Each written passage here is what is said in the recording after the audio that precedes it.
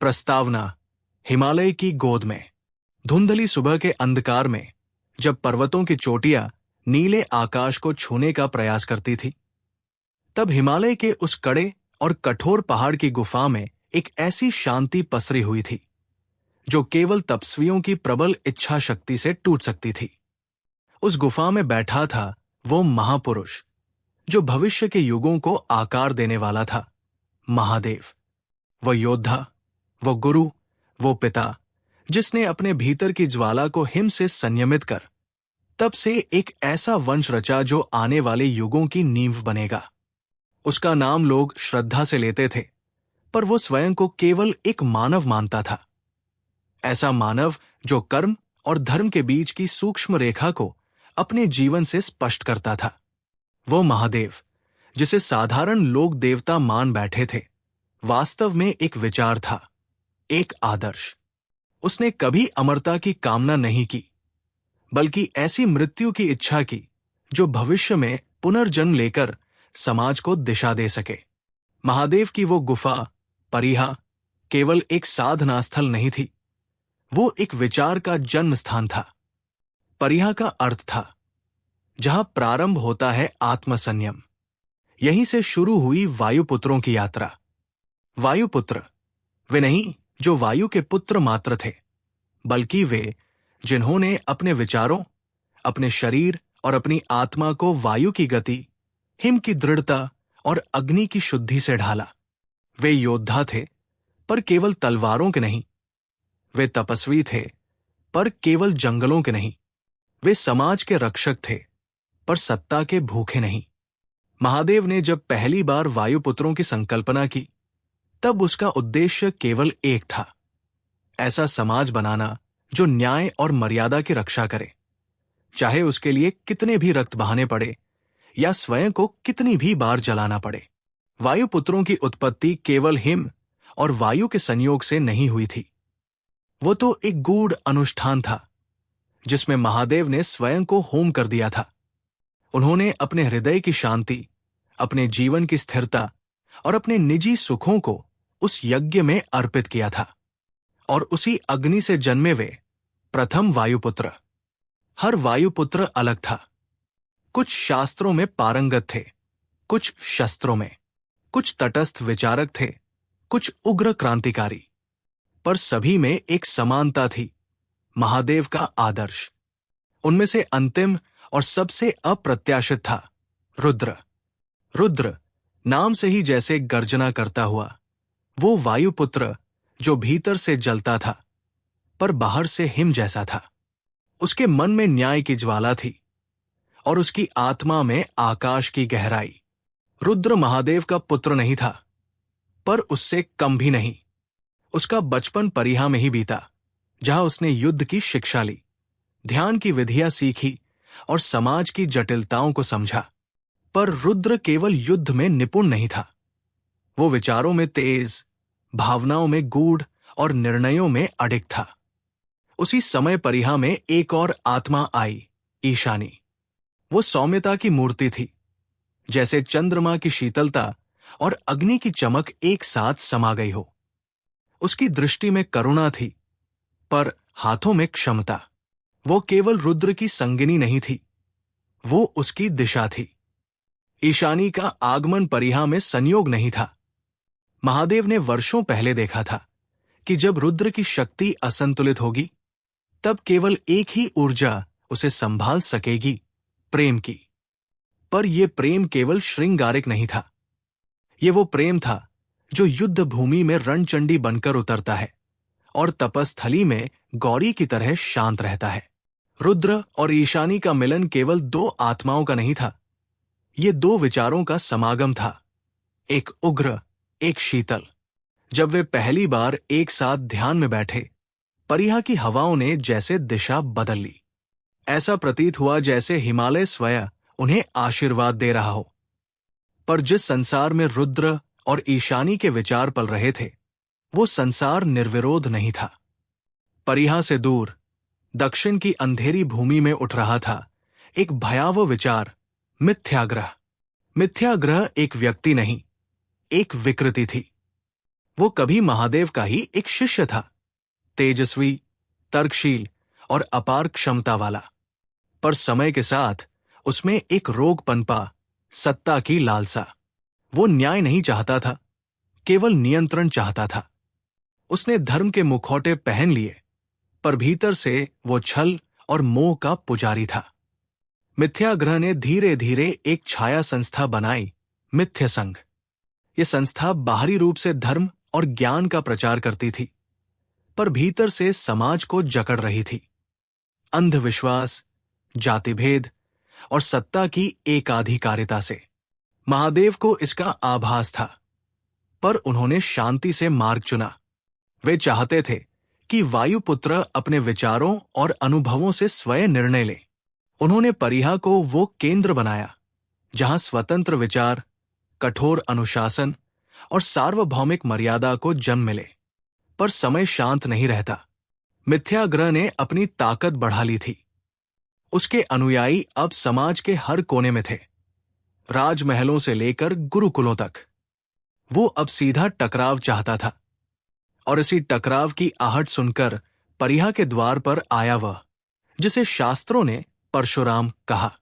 परशुराम, वो ऋषि जिसने अपने जीवन में इतने युद्ध लड़े थे कि स्वयं युद्ध ने उससे डरना सीख लिया था।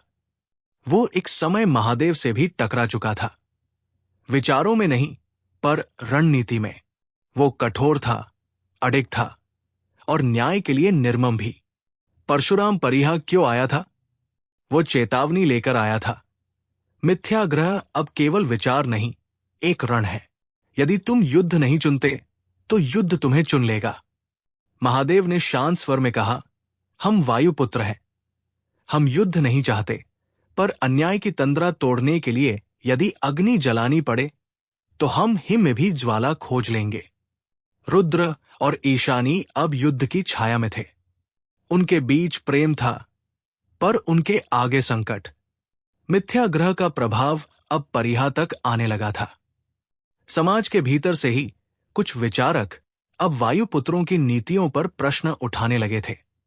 क्या केवल युद्ध से समाज की रक्षा होगी? क्या प्रेम, करुणा और शिक्षा पर्याप्त नहीं? क्या अनुशासन और स्वतंत्रता साथ चल सकते हैं? ये प्रश्न थे जो अब वायुपुत्रों के बीच भी फूट के बीज बो रहे थे। और तब महादेव ने एक सभा बुलाई, परिहा की सबसे प्राचीन गुफा में, जहां उन्होंने पहली बार वायुपुत्रों को ध्यान की दीक्षा दी थी। वहां रुद्र, ईशानी, परशुराम और अन्य वरिष्ठ वायुपुत्र एकत्र हुए। सभा में महादेव ने कहा, हमारे सामने दो मार्ग हैं। एक जो युद्ध से होकर न्याय की ओर ले जाएगा, और दूसरा जो तटस्थ रहकर विनाश को आमंत्रित करेगा। हमें निर्णय करना होगा, और वो निर्णय रुद्र लेगा। रुद्र स्तब्ध था। उसके भीतर प्रेम और क्रोध, करुणा और युद्ध दोनों जल रहे थे। ईशानी ने उसकी आंखों में देखा और धीरे से कहा, तुम्हारा निर्णय ही हमारा भविष्य है। और यहीं से शुरू हुई वह यात्रा जो एक युग को रचने वाली थी। वायुपुत्रों का संघर्ष अब आरंभ हो चुका था। मिथ्याग्रह की छाया में, परशुराम की चेतावनी में, रुद्र के निर्णय में और ईशानी के प्रेम में। ये गाथा केवल युद्ध की नहीं, वो गाथा थी विचारों के युद्ध की, प्रेम के बलिदान की, और उस युग की जब मनुष्य देवों से बड़ा बनने चला था। अध्याय 1, वायुपुत्रों का जन्म। हिम की उस तीव्र और चुप साधना में, जब समय की गति भी मानो ठहर जाती थी, परिहा की गुफा के भीतर अग्नि की एक अनदेखी ज्वाला जल रही थी। ये कोई सामान्य अग्नि नहीं थी। ये यज्ञ की वो लौ थी जिसमें देवता नहीं, मानव स्वयं अपने अंश अर्पित कर रहा था। ये वो यज्ञ था जो किसी वेद के मंत्रों से नहीं, बल्कि मौन, संयम और तप के स्पंदन से संचालित हो रहा था। महादेव उस यज्ञ के यजमान नहीं, वो स्वयं आहुति थे। उनके चारों ओर 5 अग्निकुंडों की संरचना थी, जिन्हें उन्होंने स्वयं अपनी आत्मचेतना से जागृत किया था। 5 तत्वों के प्रतीक, पृथ्वी के लिए धैर्य, जल के लिए करुणा, अग्नि के लिए संकल्प, वायु के लिए स्वतंत्रता और आकाश के लिए विस्तार। और फिर उन्होंने अपने भीतर के इन पंच तत्वों को इन अग्नियों में समर्पित किया। जब महादेव ने अपने वाम नेत्र से करुणा का अंश निकाला और जलकुंड में अर्पित किया, तो जल से एक कंपन उठा, एक बालक आकृति में उभरा, शांत, गंभीर, तपस्वी। उसका नाम रखा गया शमय। वो प्रथम वायुपुत्र था जिसने ध्यान, शांति और विचारों की गंभीरता को आत्मसात किया। दूसरी आहुति अग्निकुंड में दी गई। ये संकल्प की अग्नि थी। महादेव के कंठ से निकला क्रुद्ध घोष और उसकी अग्नि में से उत्पन्न हुआ एक अन्य बालक, नेत्रों में चिंगारी, वाणी में वीर रस। उसका नाम रखा गया वीर्यन। वो बना वायुपुत्रों का प्रथम योद्धा, जो युद्ध को केवल कर्म और धर्म की सीमाओं में देखता था। तीसरी आहुति वायु के लिए दी गई। इसमें महादेव ने अपनी सांसों को अर्पित किया। उसी से उत्पन्न हुआ निलय, जो गति में चपल, विचारों में स्वतंत्र और आकाश की तरह न थमने वाला था। उसका हृदय किसी भी सीमा को नहीं स्वीकारता था और वो बना वायुपुत्रों का सबसे प्रगतिशील विचारक। चौथी आहुति पृथ्वी के लिए थी। महादेव ने अपनी स्थिरता, अपनी सहनशीलता को समर्पित किया और जन्मा धर्म, उसकी उपस्थिति ही स्थायित्व का प्रतीक थी। वो धर्म का संरक्षक था, नियमों का व्याख्याता, मर्यादाओं का उपदेशक। पांचवी और अंतिम आहुति महादेव ने आकाश को दी। जब उन्होंने अपने हृदय की धड़कनों को उन लपटों में विलीन किया, तब वहां जन्मा ईश्वर्य। वो सबसे रहस्यमय वायुपुत्र था, जो कम बोलता पर उसकी दृष्टि काल के पार देखती थी। उसमें भविष्य की दृष्टि और अंतरतम की समझ थी। पांचों वायुपुत्रों के जन्म के बाद महादेव ने एक दिन पूर्ण मौन धारण किया, 7 दिनों तक। उस मौन में ही उन्होंने अपने भीतर से एक और आहुति को जन्म दिया, जो किसी तत्व से नहीं जुड़ा था। ये आहुति निष्ठा से थी। ये आहुति थी आत्मदान की। और तब उत्पन्न हुआ रुद्र। रुद्र का जन्म 5 तत्वों से नहीं, महादेव के आत्मत्याग से हुआ था। वो उनमें सबसे युवा था, पर सबसे अधिक जटिल। शमय की शांति उसमें थी, वीर्यन का क्रोध उसमें था, निलय की गति उसमें थी, धर्म की मर्यादा उसमें थी और ईश्वरीय की दृष्टि भी। पर फिर भी वो उन सबसे भिन्न था, क्योंकि उसमें प्रेम और क्रोध का द्वंद्व सबसे तीव्र था। वह देवता नहीं था, पर किसी सामान्य मानव से कहीं अधिक था। महादेव ने उन्हें वायुपुत्र कहा, न इसलिए कि वे वायु से उत्पन्न थे, बल्कि इसलिए कि वायु की तरह वे सीमाहीन, अदृश्य और स्वतंत्र थे। वे जब किसी गांव में पहुंचते तो वहां हवा बदल जाती। जहां अन्य संत शांति लाते, वहां वायुपुत्र न्याय लाते। वे तपस्वी थे, पर केवल वनों में नहीं। वे समाज के भीतर, युद्धों में, नीतियों में, विचारों में तप करते थे। प्रारंभिक वर्षों में परिहा उनकी शिक्षा का केंद्र बनी। महादेव ने उन्हें अलग अलग दीक्षा दी। शमय को मौन की, वीर्यन को अस्त्रों की, निलय को शास्त्रों की, धर्म को समाज अन्याय की, ईश्वर्य को ध्यान की और रुद्र को सबका समन्वय। हर शिष्य का अपना मार्ग था, पर हर मार्ग महादेव के आदर्श की ओर ही जाता था। पर समय केवल निर्माण का नहीं होता, वो परीक्षा भी लाता है। एक दिन परिहा के उत्तर दिशा से एक घायल वृद्ध साधु पहुंचा। उसके तन पर गहरे घाव थे, पर उसकी आंखों में भय नहीं, चेतावनी थी। वो बोला, मिथ्याग्रह अब सच्चा शत्रु नहीं रहा, वो अब कथा बन गया है। उसका संगठन मिथ्य संग अब तर्क और धर्म के नाम पर समाज को ग्रस रहा है। राजाओं के राजसभा में उसके अनुयायी हैं, गुरुकुलों में उसके प्रवक्ता और आम जनमानस में उसके प्रचारक। वायुपुत्र स्तब्ध थे। वीर्यन का क्रोध भड़क उठा, तो क्या हम केवल गुफा में बैठें और समाज नष्ट होता रहे? धर्म ने शांत स्वर में उत्तर दिया, हमें साक्ष्य चाहिए, केवल भावनाएं नहीं। निलय ने कहा, हमें समाज में जाना होगा, वहां जहां मिथ्याग्रह के विचार फैलाए जा रहे हैं। रुद्र मौन था, उसकी आंखें बंद थी, पर हृदय विचलित। उसके भीतर आग भड़क रही थी। क्या फिर से यज्ञ करना होगा? क्या फिर से आत्मदान? महादेव ने कहा, यह तुम्हारी अग्नि परीक्षा है, यह कोई युद्ध नहीं। यह समाज का पुनर्मंथन है। यदि तुम सत्य के लिए नहीं खड़े होगे तो असत्य को ही सत्य कहा जाएगा। और तब वायुपुत्रों की पहली यात्रा आरंभ हुई, अलग अलग दिशाओं में, अलग अलग भूमिकाओं में। शमय दक्षिण के तपोवनों में गया, जहां उसने मिथ्यसंध की विचारधारा से भ्रमित साधुओं को सत्य के दर्शन कराए। वीर्यन एक विद्रोही योद्धा बनकर उत्तर की सेनाओं में शामिल हुआ और वहां से मिथ्यसंघ के राजकीय गठजोड़ को उजागर किया। निलय नगरों में गया, आम जनता के बीच, जहां उसने विचारों की क्रांति चलाई। धर्म गुरुकुलों में प्रवेश कर गया और वहां से शिक्षा की धार को स्वच्छ किया। ईश्वरीय मौन में चला गया, पर भविष्य के संकेत लिखने लगा। और रुद्र वो सबसे अंतिम में गया, क्योंकि उसे प्रतीक्षा थी ईशानी की। ईशानी, जो अभी तक पूर्ण रूप से दीक्षित नहीं हुई थी, अब स्वयं परिहा आई थी। वो जानती थी, ये संग्राम केवल बाह्य नहीं, अंतर का भी होगा। रुद्र और ईशानी की पहली यात्रा अब निकट थी। अध्याय 2, महादेव की परिहा। हिमालय की ऊंचाइयों में जब सूर्य की पहली किरण भी केवल एक अतिथि के समान आती है, तब भी परिहा का आकाश स्वर्णिम रहता है। ये केवल किसी पर्वतीय भूमि का नाम नहीं था, ये था महादेव का अंतपुर, उनका मौन, उनका आत्मस्थल। किंवदंती कहती है कि जब ब्रह्मा ने सृष्टि की रचना की, तब त्रिलोकी में एक भी स्थान ऐसा न था जहां शिव ठहर सके। वे पर्वतों पर भी अचल नहीं रह सके, क्योंकि स्थायित्व की खोज उन्हें बाहर नहीं, भीतर थी। तब उन्होंने स्वयं अपनी साधना से एक भूमि की रचना की, एक ऐसी भूमि जो न आकाश में थी, न पृथ्वी पर, न पाताल में।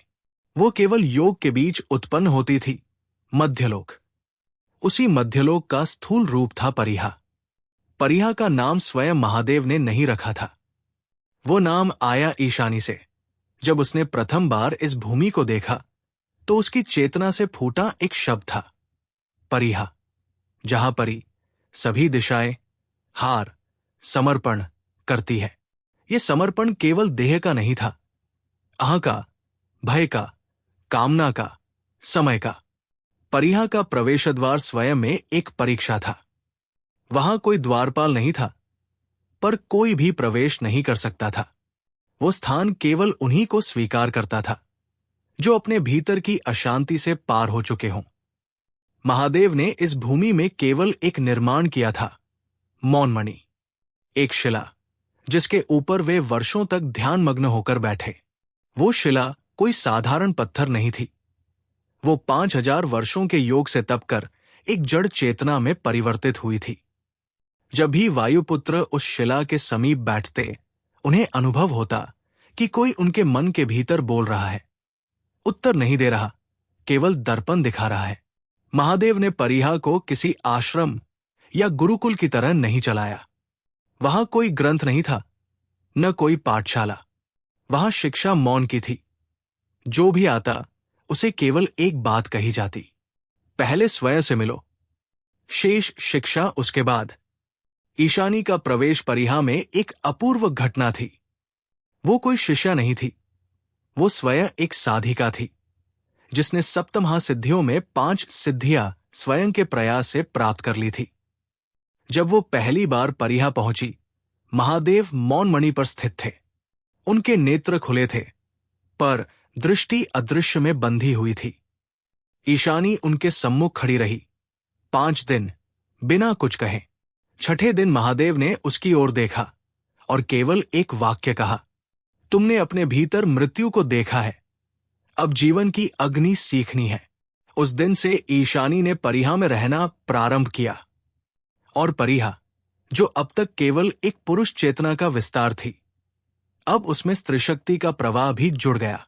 महादेव और ईशानी की उपस्थिति में परिहा स्वयं एक जीवंत तपोभूमि बन गई थी। पर्वत गूंजने लगे थे, पर ध्वनि से नहीं, कंपन से। वायु बोलती नहीं थी, पर चेतना को स्पर्श करती थी। ऋतुएं वहां रुकती नहीं थी। परिहा में दिन और रात का कोई अर्थ न था, केवल स्थिति थी, या तो भीतर डूबो या बाहर छूटो। रुद्र जब पहली बार परिहा में दीक्षित हुआ, तब वो एक प्रश्न के साथ आया था। मैं कौन हूं? उसने ईशानी से पूछा। ईशानी ने उत्तर नहीं दिया। उसने रुद्र को मौनमणि के समक्ष बिठाया और कहा, जिस दिन ये प्रश्न जलकर राख हो जाए, उस दिन तू स्वयं उत्तर बन जाएगा। रुद्र वही बैठा रहा 7 रातें, बिना हिले। हर रात उसके भीतर से एक रूप बाहर निकलता। क्रोध, प्रेम, मोह, भय, गर्व, आशंका, आकांक्षा। और 8वें दिन जब केवल मौन शेष रहा, तो उसकी आंखें भी जल गई और उसी राग से उसकी दृष्टि को जन्म मिला। महादेव ने उस दिन उसे देखा और कहा, अब तू वायुपुत्र नहीं, तू वायु स्वरूप है। परिहा में एक और रहस्य था, शून्य गुफा। ये गुफा किसी भौतिक मार्ग से नहीं मिलती थी। वो केवल ध्यान के एक विशिष्ट स्तर पर स्वयं प्रकट होती थी। महादेव कभी कभी अपने गहन ध्यान में वहां जाते। ईशानी केवल एक बार वहां गई, जब उसे भविष्य का प्रथम संकेत मिला था। उस दिन वो गुफा गूंज उठी थी, एक अश्रु की ध्वनि से। ये कोई सामान्य अश्रु नहीं था, ये था अमराश्रु, जो आगे चलकर रुद्र के लिए काल बनकर उठेगा। ईशानी ने उस दिन जो देखा, वो रुद्र से कभी साझा न कर सकी। केवल एक वाक्य उसके अधरों से फिसला था, प्रेम ही अग्नि बनेगा। परिहा, जो अब तक केवल एक तपोभूमि थी, अब धीरे धीरे एक चेतना में परिवर्तित हो रही थी। वायुपुत्रों ने यहां अपने भीतर की सीमाओं को देखा, तोड़े और पुनः गढ़े। पर परीक्षा अभी शेष थी। बाहर का संसार उन्हें पुकार रहा था। मिथ्याग्रह अब केवल विचार नहीं रहा था, वो एक आंदोलन बन चुका था। और अब परिहा, जो अब तक भीतर जाने का द्वार था, एक बार फिर खुलने वाला था, पर इस बार बाहर की ओर। अध्याय 3, रुद्र और ईशानी की कथा, प्रेम और शक्ति का संगम। परिहा के शिखर पर जब शून्य भी सांस लेने लगता था, तब उस मौन में कुछ था जो केवल 2 हृदयों को सुनाई देता था, रुद्र और ईशानी। ईशानी जो स्वयं अग्नि का स्वरूप थी, और रुद्र जो वायु का अमूर्त प्रवाह। दोनों को सृष्टि ने अलग अलग जन्म दिया था, पर उनकी आत्माएं पहले ही कहीं एक हो चुकी थी। शायद उस दिन जब ब्रह्मा ने पहली बार धैर्य और करुणा को एक साथ सोचने की चेष्टा की थी। ईशानी के भीतर अग्नि थी, जो शांत दिखती थी, पर भीतर निरंतर जलती थी। रुद्र के भीतर वायु थी, जो चंचल दिखती थी, पर भीतर स्थिर थी। वे एक दूसरे के विपरीत नहीं थे, वे एक दूसरे के पूरक थे। परिहा में वर्षों तक दोनों साथ रहे, एक गुरु शिष्य की भांति नहीं, नहीं केवल 2 साधकों की भांति। वे 2 ऊर्जा स्रोत थे, जो निरंतर एक दूसरे के चारों ओर घूमते थे, बिना स्पर्श किए, बिना मांग किए, केवल स्वीकार करके। रुद्र कई बार ईशानी के निकट आता, प्रश्न लेकर, और हर बार ईशानी उत्तर नहीं देती थी, केवल मौन के किसी नए आयाम में उसका प्रवेश कराती। पर उस दिन कुछ अलग था। वो दिन जब रुद्र ने पहली बार अपने भीतर की शक्ति को नहीं, अपनी कमजोरी को देखा। ईशानी, उसने धीमे स्वर में कहा, मुझे भय है। ईशानी ने रुद्र की आंखों में देखा। उसमें कोई उपहास नहीं था, कोई दया नहीं, केवल एक गहन अपरिवर्तनीय स्वीकार। किसका भय? उसने पूछा, कि कहीं मैं तुमसे बंध न जाऊं, कहीं ये प्रेम मेरी वायु को जकड़ न ले। रुद्र की आंखों में पहली बार वो असमर्थता थी, जो केवल एक सच्चा योद्धा महसूस कर सकता है, जब उसका हृदय शस्त्र रख देता है।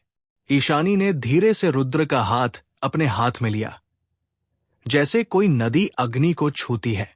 रुद्र, उसने कहा, प्रेम कोई बंधन नहीं, ये वो अग्नि है जो वायु को तेज बनाती है, न कि रोकती है। तू मेरा बंधन नहीं, तू मेरा विस्तार है। उनका यह संवाद केवल शब्द नहीं था, ये एक ऊर्जा संयोग था। उसी क्षण परिहा में हल्का सा कंपन हुआ। मौनमणि ने फटकार दी, मानो वह इस मिलन को स्वीकार कर रही हो। उस दिन से रुद्र और ईशानी ने साथ साधना प्रारंभ की। संयुक्त ध्यान। परिहा में एक स्थान था, द्विराश्रम, जहां दो साधक एक साथ बैठते थे और अपने भीतर के इच्छा और त्याग को संतुलित करते थे। वहां बैठकर रुद्र ने पहली बार अपनी चेतना को ईशानी में प्रवाहित होते देखा, बिना नियंत्रण के, बिना प्रयास के। और ईशानी ने पहली बार स्वयं को एक के रूप में नहीं, दो में बंटा हुआ पर फिर भी पूर्ण महसूस किया। उनकी साधना के दौरान एक दिन उन्हें एक संकेत मिला। शून्य गुफा ने अपने भीतर एक प्रतिध्वनि भेजी, एक भविष्य दृष्टि। जब प्रेम और शक्ति एक होंगे, तभी मिथ्याग्रह की पहली दीवार टूटेगी। ये भविष्यवाणी उन्हें एक स्पष्ट दिशा दे गई थी। उनका प्रेम केवल आत्मिक नहीं था, वो एक युद्ध की प्रस्तावना भी था। पर इस प्रेम को अभी और तपना था। महादेव ने उन्हें एक अंतिम परीक्षा दी, विसर्जन। तुम दोनों एक हो चुके हो, पर अब एक समय तक अलग रहो और देखो कि क्या ये प्रेम संयोग की आवश्यकता से परे भी जीवित रह सकता है। रुद्र और ईशानी ने स्वेच्छा से परिहा छोड़ा। रुद्र को उत्तर दिशा की यात्रा करनी थी, जहां मिथ्याग्रह के पहले संकेत दिखने लगे थे। ईशानी को दक्षिण दिशा की, जहां शिव के पुराने सन्यासी संप्रदाय एक बार फिर सक्रिय हो रहे थे। जाते समय रुद्र ने ईशानी से कोई वादा नहीं किया। ईशानी ने उससे कोई प्रार्थना नहीं की, केवल एक दृष्टि दी, और वो दृष्टि वर्षों तक उनके हृदय में जीवित रही। यही वो प्रेम था जो वायुपुत्रों के हृदय में आदर्श बनकर उभरा। ये प्रेम कोई लौकिक संबंध नहीं था, ये था संघर्ष में भी स्थिरता का आधार। ये शक्ति और भावुकता के बीच संतुलन का सेतु था। और जब वे पुनः मिलेंगे, वो मिलन केवल दो आत्माओं का नहीं होगा, बल्कि दो शक्तियों का, जो सृष्टि को एक बार फिर संतुलित करेंगी। अध्याय 4, वायुपुत्रों का समाज, नियम, धर्म और तपस्या। त्रैविध्य युग के उस गहन क्षण में, जब आकाश से गिरती हिमरेणुएं भूमि को स्पर्श कर अरण्य की निस्पंदता को और गाढ़ा करती थी, परिहा अपने भीतर एक समाज की संरचना कर रहा था। वो समाज जो न केवल अस्त्र और शास्त्र में निष्णात हो, अपितु आत्मा और नीति के पथ का भी रक्षक हो। वायुपुत्र अब केवल साधक और योद्धा नहीं रह गए थे, वे एक विचार के वाहक बन चुके थे। पर उस विचार की नींव पर खड़ा करना था एक ऐसा समाज जो शाश्वत हो, जो केवल युग के नहीं, धर्म के प्रति उत्तरदायी हो। महादेव ने उन्हें आह्वान किया, प्रत्येक वायुपुत्र को। हिम के मध्य अग्नि के चारों ओर बैठे वे 100 से अधिक योद्धा उस दिव्य सभा का भाग बने, जो भविष्य को दिशा देने वाली थी। हम एक वंश नहीं, महादेव ने कहा, हम एक अनुशासन है, और अनुशासन तभी जन्म लेता है जब नियमों की रीढ़ स्थिर हो। उसी सभा में पहली बार रचा गया त्रैपरिषद नियम सूत्र, वायुपुत्रों के समाज का मूल विधान। प्रथम सूत्र था स्वविज्ञाय नियमा। जो आत्मा पर विजय चाहता है, वो नियम को आत्मा माने। वायुपुत्रों के दिन का प्रारंभ ब्रह्म मुहूर्त में होता। प्रत्येक योद्धा को कम से कम एक घड़ी ध्यान, एक घड़ी प्राणायाम और एक घड़ी अध्ययन में व्यतीत करनी होती। इसके बाद ही शस्त्र ग्रहण की अनुमति मिलती। ये स्पष्ट कर दिया गया, यदि आत्मा जागृत नहीं तो तलवार निष्प्राण है। द्वितीय सूत्र था धर्मस्य रक्षा आत्मत्यागेन संभवति। धर्म की रक्षा केवल तब होती है जब आत्मत्याग सर्वोपरि हो। परिहा के भीतर एक न्याय मंडल स्थापित किया गया, जिसमें केवल वरिष्ठ वायुपुत्रों को निर्णय देने का अधिकार था, किंतु निर्णय देने से पूर्व उन्हें 7 दिन का मौन व्रत धारण करना होता। महादेव का मानना था कि मौन में ही वो वाणी जन्म लेती है जो निष्पक्ष हो। तृतीय सूत्र था तपः सर्वश्रेष्ठ शस्त्र। तपस्या ही सर्वोत्तम अस्त्र है। परिहा के उत्तर दिशा में अग्नि गुहा थी, जहां वायुपुत्रों को अकेले भेजा जाता 12 रात्रियों के लिए। न जल, न अन्न, न संग, केवल आत्मा और हिम। वहां रहकर जो लौट आता वो मान्य होता, उसे नाग्निपुत्र की संज्ञा दी जाती। ये परीक्षा केवल शक्ति की नहीं, संयम की थी। रुद्र, जो स्वयं इस अग्नि गुहा की परीक्षा से निकल कर आया था, अब वायुपुत्रों का नेतृत्व कर रहा था। उसके लिए नियम केवल पाठ नहीं थे, वे जीवन के अटल स्तंभ थे। पर समाज को केवल नियमों से नहीं चलाया जा सकता, वहां धर्म भी चाहिए। वो धर्म जो संकल्प देता है, दृष्टि देता है। महादेव ने कहा था, धर्म कोई ग्रंथ नहीं, वो समय के साथ बहती चेतना है। इसी भाव से रचित हुई सब चिंतन धर्मकोश, जिसमें 7 मूल धाराएं थी: सत्य, अहिंसा, न्याय, समर्पण, त्याग, ज्ञान और करुणा। वायुपुत्रों को केवल बाहरी युद्धों में नहीं, आंतरिक दोषों से भी लड़ना सिखाया गया। इसके लिए परिहा में एक विशेष शोधक गृह निर्मित हुआ, जहां जो योद्धा क्रोध, ईर्ष्या, लोभ या मोह में डगमगाता, वो स्वेच्छा से प्रवेश करता और 40 दिन तक मौन तप करता। उस स्थान पर रुद्र स्वयं भी गया था, जब ईशानी पर मिथ्याग्रह का आक्रमण हुआ था और उसका हृदय प्रतिशोध से भर उठा था। ईशानी स्वयं इस समाज की दूसरी नींव बनी। उसने महिलाओं को, जो पहले केवल सहचर मानी जाती थी, वायुपुत्रों के समाज में वायुवनिता के रूप में अधिकार दिलवाया। वे शस्त्र भी चलाती थी, शास्त्र भी पढ़ती थी। ईशानी ने स्पष्ट कहा था, शक्ति यदि केवल पुरुष की होगी तो समाज आधा रहेगा, पर जब वो स्त्री के भीतर भी प्रतिष्ठित होगी, तभी पूर्णता आएगी।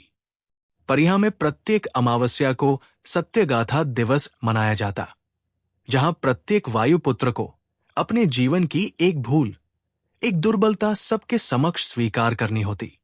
ये निंदा नहीं, आत्मगौरव की प्रक्रिया थी।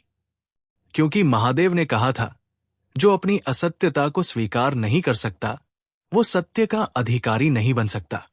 समाज में 4 प्रमुख संकल्पित वर्ग बनाए गए थे: योद्धा, तपस्वी, धर्मरक्षक और ज्ञानवृंद। पर यह जाति नहीं, भूमिका थी, जो जीवन के कालखंडों के अनुसार बदल सकती थी। एक वायुपुत्र अपने जीवन के पहले 10 वर्षों में योद्धा बनता, फिर अगले दशक में तपस्वी, तीसरे दशक में धर्मरक्षक और 40वें वर्ष के बाद ज्ञानवृंद। समाज में कोई स्थायी पद नहीं था, नेतृत्व स्थायी नहीं होता। रुद्र स्वयं प्रत्येक वर्ष अपने स्थान से त्यागपत्र देता और सभा पुनः विचार करती कि क्या वो योग्य है। यही प्रक्रिया सबके लिए थी, महादेव तक के लिए। एक बार सभा में एक युवा वायुपुत्र खड़ा हुआ और बोला, यदि हम इतनी बार नेतृत्व बदलेंगे तो निरंतरता कहां से आएगी? रुद्र ने मुस्कुराकर उत्तर दिया, नदी अपनी दिशा नहीं खोती यदि किनारे बदलते हैं, क्योंकि उसका स्रोत अटल होता है। ईशानी ने परिहा में शक्ति विद्या आरंभ की, जिसमें ध्यान, संगीत, नृत्य और आयुर्वेद को योद्धाओं के जीवन का भाग बनाया गया। वो मानती थी कि युद्ध से पहले भीतर की सृष्टि को समझना अनिवार्य है। रुद्र ने इस विधा को अनिवार्य कर दिया। पर समाज केवल नीति से नहीं चलता, वहां संकट भी आते हैं। एक रात्रि को जब आकाश में द्वितीय चंद्र प्रकट हुआ, परिहा के शस्त्रागार में आग लग गई। कई तलवारें, शिलालेख और ग्रंथ जल गए। ये घटना बाहरी नहीं थी, वो भीतर से आई थी। शक की दृष्टि सबसे पहले गई युवा वायुपुत्रों पर, जो नियमों से बंधे नहीं रहना चाहते थे। महादेव ने सभा बुलवाई, पर इस बार उन्होंने निर्णय नहीं सुनाया। उन्होंने केवल एक प्रश्न पूछा, यदि तुम्हें लगता है कि नियम बंधन है, तो क्या तुम वो अग्नि बनना चाहोगे जो सब कुछ जला दे? और फिर उस राख से क्या पुनः जीवन उपजेगा? उस दिन निर्णय सभा नहीं, आत्मचिंतन बनी। और वही था वायुपुत्रों के समाज का सबसे बड़ा बल, प्रश्न करने की स्वतंत्रता। वायुपुत्रों का समाज अब एक शरीर नहीं, एक आत्मा बन चुका था। वहां नियम थे, पर वे पत्थर नहीं थे। वहां धर्म था, पर वो अंध नहीं था। वहां तपस्या थी, पर वो दम से रहित थी। और जब मिथ्याग्रह को यह समाचार मिला कि वायुपुत्र केवल तलवारें नहीं, विचार भी उठाने लगे हैं, उसने कहा, अब ये समाज नहीं, एक चुनौती बन गया है। पर महादेव ने हिम की शांति से कहा था, जिस समाज में नियम तपस्या बन जाए और धर्म करुणा बन जाए, उसे कोई मिथ्या नहीं डिगा सकता। अध्याय 5। व्याघ्र का उदय, पहली बड़ी चुनौती। त्रिशूल की गहरी घाटियों में जहां हिम की चादर जमीन को छूती थी, वही एक अंधकार छिपा था, एक छाया जो धीरे धीरे फैल रही थी। उस छाया का नाम था व्याघ्र। वो केवल एक व्यक्ति नहीं था, बल्कि मिथ्याग्रह की शक्ति का मूर्त रूप था, एक संकट जिसका सामना वायुपुत्रों को करना था। व्याघ्र का जन्म हुआ था एक ऐसे वंश में जो परिहा से दूर था, जहां नियम और धर्म की कोई महत्ता नहीं थी। बचपन से ही उसने न केवल हथियार चलाना सीखा था, बल्कि छल, धोखा और भय फैलाने की कला में भी पारंगत था। उसका मन एक आग की तरह था, बिना किसी संयम के, बिना किसी नैतिकता के। वो मानता था कि सत्ता पाने के लिए कोई भी माध्यम जायज है, चाहे वो युद्ध हो, कपट हो या विश्वासघात। जब व्याघ्र ने पहली बार मिथ्यसंग में अपनी उपस्थिति दर्ज कराई, तो कई लोग उसे केवल एक आतंकवादी समझे, पर मिथ्याग्रह ने उसके भीतर एक योजना देखी, ऐसी योजना जो परिहा के आदर्शों को ध्वस्त कर देगी। व्याघ्र का पहला बड़ा कदम था परिहा के सीमांत गांवों पर हमला। वो जानता था कि सीधे परिहा पर आक्रमण करना अभी असंभव था, इसलिए उसने सामाजिक विखंडन और भय का बीज बोना शुरू किया। गांव के लोगों में अविश्वास फैलाया, वायुपुत्रों के प्रति गलत हमियां जन्मी। रुद्र ने उस खबर को सुनते ही सभा बुलाई। गुफा के भीतर गहरे विचारों में डूबे हुए उसने कहा, व्याघ्र केवल बाहरी शत्रु नहीं है, वो हमारे अंदर के संशय और भय का रूप है। यदि हम उसे बाहर नहीं निकालेंगे, तो वो हमारे बीच ही जन्म लेगा। ईशानी ने कहा, हमें न केवल तलवार उठानी होगी, बल्कि अपने विचारों को भी तेज करना होगा। इस युद्ध में प्रेम और करुणा भी हथियार बनेंगे। महादेव ने एक योजना बनाई, सत्य शक्ति अभियान। इसमें वायुपुत्र अपने अपने क्षेत्रों में जाकर लोगों के मन से भय और संदेह मिटाएंगे। साथ ही वे मिथ्य संत की चालों का पर्दाफाश करेंगे। पर व्याघ्र के मन में एक गुप्त योजना थी। वो जानता था कि वायुपुत्र केवल बाहरी आक्रमण के लिए तैयार है, पर उनके भीतर के संघर्षों को कमजोर करना अब उसकी प्राथमिकता थी। उसने परिहा के कुछ युवाओं को अपने जाल में फंसा लिया, उन्हें भ्रमित किया और उनके मन में विद्रोह की आग जलाई। रुद्र और ईशानी के लिए यह समय अत्यंत कठिन था। एक ओर वे बाहरी दुश्मन का सामना कर रहे थे, तो दूसरी ओर अपने ही वायुपुत्रों के भीतर उठते असहयोग और संशय का। परशुराम, जो अभी भी परिहा में था, बार बार चेतावनी देता रहा, यदि तुम भीतर की लड़ाई नहीं जीतोगे, तो बाहर की लड़ाई भी हार जाओगे। यहां से शुरू होती है वायुपुत्रों की सबसे बड़ी परीक्षा, जब वे अपने भीतर की छिपी कमजोरियों को पहचानेंगे और उन पर विजय पाने की कठिन राह अपनाएंगे। अध्याय 6। वायुपुत्रों के भीतर का संघर्ष और समाज का विखंडन। हिमालय की ऊंची चोटियों से भी ऊंचा उठ रहा था वायुपुत्रों के भीतर का संकट। जब व्याघ्र की आंधी परिहा के दरवाजों तक पहुंची, तो केवल बाहरी आक्रमण ही नहीं था, बल्कि अंदर से टूटने का संकट भी घना हुआ। समाज की जड़ें, जो सदियों से धर्म, अनुशासन और आदर्शों से पोसी गई थी, अचानक हिलने लगी। व्याघ्र ने अपनी चालाकी से उस बीज को बो दिया था, संदेह और द्वेष का। कुछ वायुपुत्र, जो पूर्व में एकमत थे, अब विचारों में बंट गए। उनमें से एक पक्ष मानता था कि कठोर अनुशासन और युद्ध के बिना सुरक्षा संभव नहीं। उनका कहना था कि शत्रु केवल बाहर से नहीं, भीतर से भी आता है, इसलिए आक्रामक होना जरूरी है। दूसरा पक्ष प्रेम, सहिष्णुता और संवाद का समर्थक था। वे मानते थे कि समाज के भीतर की ताकत, शिक्षा, करुणा और मेलजोल ही संकटों को दूर कर सकती है। वे युद्ध को अंतिम विकल्प मानते थे और चाहते थे कि वायुपुत्र अपने आचरण से आदर्श बने, न कि केवल तलवार से। इस मतभेद ने परिहा के हृदय में दरारें ला दी। छोटे छोटे झगड़े गुफाओं में शुरू हुए, फिर वे दूर दराज के गांवों तक फैल गए। प्रशिक्षण के दौरान भी पुरानी मित्रताएं टूटने लगी। कुछ वायुपुत्र खुद को अलग थलग महसूस करने लगे और मिथ्याग्रह की संस्था ने इसका लाभ उठाया। मिथ्या संघ ने सूक्ष्म तरीके से उन दरारों को बढ़ावा दिया। वे समाज के कमजोर हिस्सों में जाकर भ्रष्टाचार, अविश्वास और जातिवाद के बीज बोते। कई वायुपुत्रों के मन में डर और भ्रम ने जगह बना ली। उन्होंने अपने ही साथियों पर शक करना शुरू कर दिया। रुद्र, जो कभी कठोर और अडिग था, अब भी उलझनों में फंसा था। वो चाहता था कि वायुपुत्र एकजुट हों, पर वो भी समझ रहा था कि उनके भीतर के इस युद्ध को केवल तलवारों से नहीं, बल्कि हृदय और बुद्धि से जीतना होगा। ईशानी, जो उसकी संगीनी और मार्गदर्शक थी, ने कहा, रुद्र, हमारे भीतर की लड़ाई ही बाहरी लड़ाई की कुंजी है। हमें अपने मतभेदों को समझना होगा, न कि बढ़ाना। परशुराम ने इस स्थिति को देखकर चिंता जताई। उन्होंने वायुपुत्रों को कठोर अनुशासन की याद दिलाई, पर साथ ही उन्हें चेताया कि क्रोध से समस्या का समाधान नहीं होगा।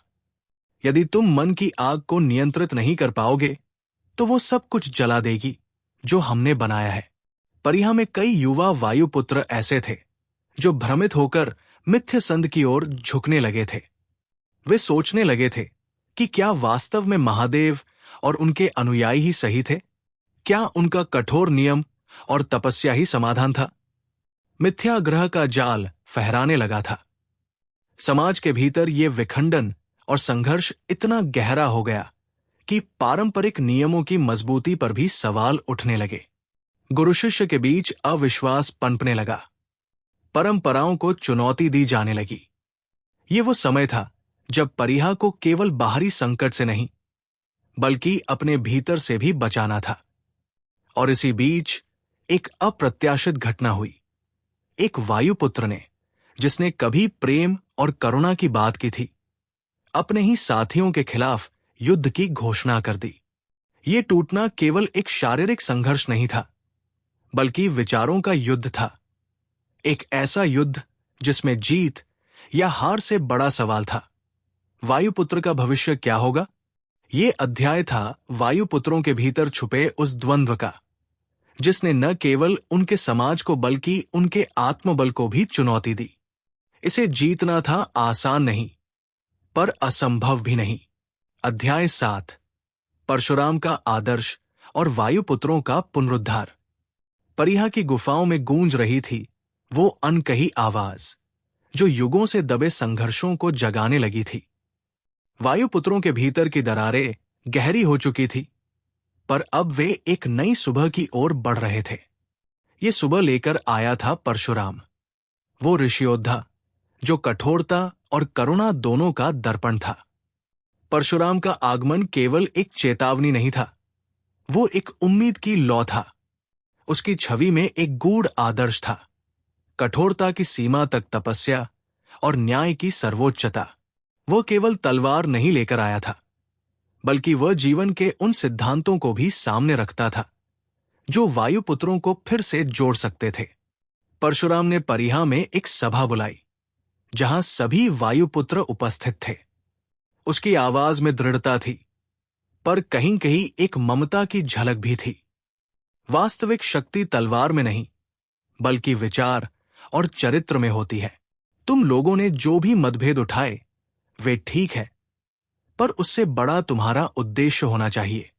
समाज की रक्षा, धर्म की रक्षा, और वो तभी संभव है जब तुम फिर से एक साथ आओ। उसने वायुपुत्रों को बताया कि उनका आदर्श केवल युद्ध नहीं, बल्कि सत्य, न्याय और आत्मनियंत्रण भी है। परशुराम का जीवन इसका जीवंत प्रमाण था। एक ऐसा जीवन जिसमें उसने अनगिनत युद्ध लड़े, पर अपने अंदर की मानवीय संवेदनाओं को कभी नहीं खोया। उन्होंने कहा, तपस्या और युद्ध एक दूसरे के विरुद्ध नहीं, बल्कि एक दूसरे के पूरक है। तपस्या से मन मजबूत होता है और युद्ध से समाज सुरक्षित।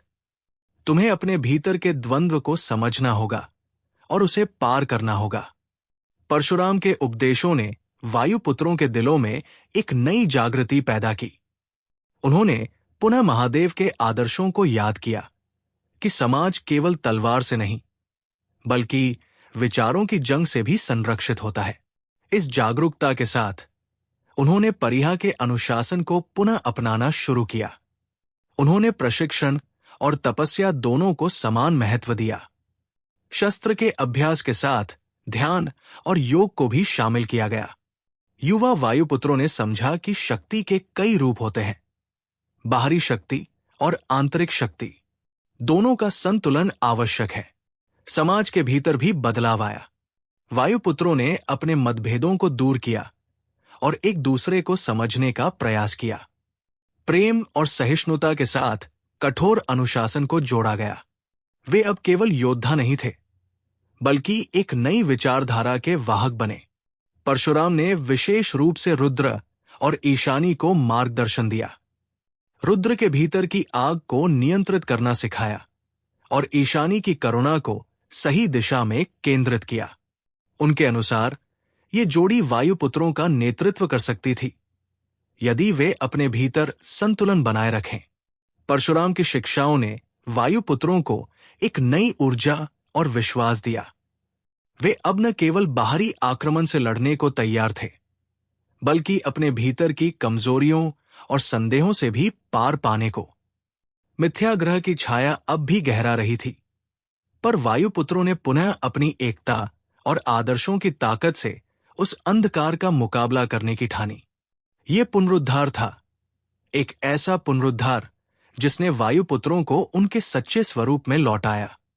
और इस पुनरुद्धार के साथ वायुपुत्रों ने तैयार किया एक नया संकल्प कि वे न केवल अपने समाज की रक्षा करेंगे, बल्कि एक ऐसा समाज बनाएंगे जो प्रेम, न्याय और धर्म के द्वारा सदैव उन्नत होगा। अध्याय 8, व्याघ्र के किले पर आक्रमण। भाग 1, युद्ध और रणनीति। धूप धीरे धीरे पर्वतों के पीछे छिप रही थी और परिहा के वायुपुत्रों की सेना अपने निशाने पर व्याघ्र के किले की ओर बढ़ रही थी। उस विशाल किले की काली छाया दूर से ही भय उत्पन्न करती थी, जैसे वो पर्वत की हड्डी पर बैठा कोई दानव हो। किले की दीवारें कठोर पत्थरों से बनी थी, जिन पर सालों की लड़ाइयों के निशान थे। वो किला सिर्फ एक रक्षा स्थल नहीं था, वो मिथ्याग्रह के साम्राज्य का प्रतीक था, जहां से वो अपने दुष्टाचार को फैलाता था। रुद्र और ईशानी दोनों गंभीर और सावधान थे। उन्होंने पहले कई युद्ध लड़े थे, लेकिन ये आक्रमण उनके लिए सबसे चुनौतीपूर्ण था। ये केवल एक भौतिक युद्ध नहीं था, ये विचारों, आदर्शों और भविष्य का संघर्ष था। रुद्र ने अपनी आंखें बंद कर ली, मन को शांति से भरते हुए, जैसे हर कोशिका में ऊर्जा संचारित हो रही हो। हमारे पास समय कम है, उसने धीमे स्वर में कहा। मिथ्याग्रह ने अपनी पकड़ मजबूत कर ली है। उसका किला केवल पत्थर का नहीं, उसकी दीवारें हमारे विश्वास को तोड़ने की कोशिश कर रही है। ईशानी ने सिर हिलाया। हमें न केवल तलवारों से लड़ना होगा, बल्कि अपने मन और समाज के भीतर के संदेह से भी। उनके साथ खड़े अन्य वायुपुत्रों ने भी तैयारी पूरी कर ली थी। कुछ ने अपने अस्त्र शस्त्रों की जांच की, तो कुछ ने ध्यान और साधना में खुद को केंद्रित किया। उनके गुरु महादेव की शिक्षाएं उनके दिलों में गूंज रही थी। न्याय की स्थापना के लिए कभी भी उचित साधन का त्याग न करना। उनकी रणनीति बनाने के लिए रुद्र ने सभा बुलाई। पत्थर की एक गुफा में, जहां दीवारों पर प्राचीन युद्धों की गाथाएं उकेरी हुई थी, वे एकत्र हुए। प्रत्येक वायुपुत्र का मन अपने अपने अनुभवों और दृष्टिकोण से भरा था, पर एक बात स्पष्ट थी, वे एकजुट थे। व्याघ्र का किला केवल एक सामरिक चुनौती नहीं है, रुद्र ने सभा को संबोधित करते हुए कहा, यह हमारी सबसे बड़ी परीक्षा है। ये हमारे विश्वास, धैर्य और धैर्य की लड़ाई है। हम न केवल एक किले पर हमला कर रहे हैं, बल्कि मिथ्याग्रह की छाया को मिटाने का प्रयास कर रहे हैं। किसी ने पूछा, लेकिन क्या हम तैयार हैं? क्या हमारे पास वो ताकत है जो इस युद्ध के लिए आवश्यक है? ईशानी ने जवाब दिया, शक्ति केवल भौतिक नहीं होती, वो भीतर से आती है। हम अपने भीतर की अग्नि को जागृत करें और हिम की स्थिरता को अपनाएं। हमें एकजुट रहना होगा। वे लोग तब विभाजित हुए। कुछ घातक हमलों की योजना बनाने में लगे, तो कुछ शत्रु की ताकत और कमजोरियों का विश्लेषण कर रहे थे। रुद्र ने एक नक्शा फैलाया, जिस पर किले के मुख्य द्वार, गुप्त रास्ते, पहरेदारों की तैनाती और मिथ्याग्रह के गढ़ की संरचना उकेरी हुई थी। हमारा पहला लक्ष्य होगा किले के मुख्य द्वार को कमजोर करना, एक युवा योद्धा ने कहा। लेकिन मुख्य द्वार सबसे मजबूत है। क्या गुप्त मार्ग का प्रयोग नहीं किया जा सकता? गुप्त मार्ग खतरनाक है, रुद्र ने कहा। लेकिन जो भी मार्ग चुनेंगे, हमें पूरी सावधानी से चलना होगा। उनकी योजना थी किले पर बहुप्रहरी हमला, जिसमें एक टीम मुख्य द्वार पर दबाव डालेगी, दूसरी गुप्त मार्ग से अंदर घुसेगी और तीसरी टीम किले के चारों ओर से विरोधी को घेरने का काम करेगी। तैयारी में दिन और रात एक कर दिए गए। सभी वायुपुत्र ने शारीरिक और मानसिक दोनों रूप से खुद को लड़ाई के लिए तैयार किया। ईशानी ने उन्हें गुप्त मंत्र और ध्यान की विधियां सिखाई, जो युद्ध के दौरान शत्रु की ऊर्जा को भेदने में मदद करेंगी। रुद्र ने स्वयं व्यक्तिगत प्रशिक्षण दिया, जिसमें उन्होंने युद्ध के उन कौशलों को निखारा जो कभी भी निर्णायक भूमिका निभा सकते थे। ये एक गहन तपस्या थी, जहां वे न केवल अपने शरीर को, बल्कि अपने मन को भी परिष्कृत कर रहे थे। कभी कभी वे चुपचाप एक दूसरे के साथ बैठकर अपने भय और संदेह साझा करते, क्योंकि ये भी युद्ध का हिस्सा था, मनोबल को बनाए रखना। आखिरकार आक्रमण के दिन की सुबह आई। सूरज की पहली किरणों ने पर्वतों की चोटियों को सुनहरा रंग दिया, पर किले की ओर जाने वाली राह पर घने बादल मंडरा रहे थे, जैसे प्रकृति भी आने वाले संघर्ष की महत्ता को महसूस कर रही हो। रुद्र ने अपने साथियों को देखा। उनकी आंखों में वही दृढ़ संकल्प था जो उसने स्वयं में महसूस किया था। आज हम केवल एक किले को नहीं जीतेंगे, उसने घोषणा की, हम न्याय और सत्य की जीत करेंगे। और यदि हमारे भीतर अग्नि जले, तो हिम की ठंडक भी उसे बुझा नहीं पाएगी। उनकी आवाज में एक ऐसा जोश था जो पूरे दल को ऊर्जा से भर देता था। तब उन्होंने अपने अस्त्र उठाए और किले की ओर कदम बढ़ाए। युद्ध की शुरुआत होने को थी। भाग 2, युद्ध का आरंभ। धुंधली सुबह की पहली किरणें व्याघ्र के किले की ऊंची ऊंची दीवारों पर पड़ रही थी, जैसे प्रकृति खुद युद्ध की शुरुआत का संकेत दे रही हो।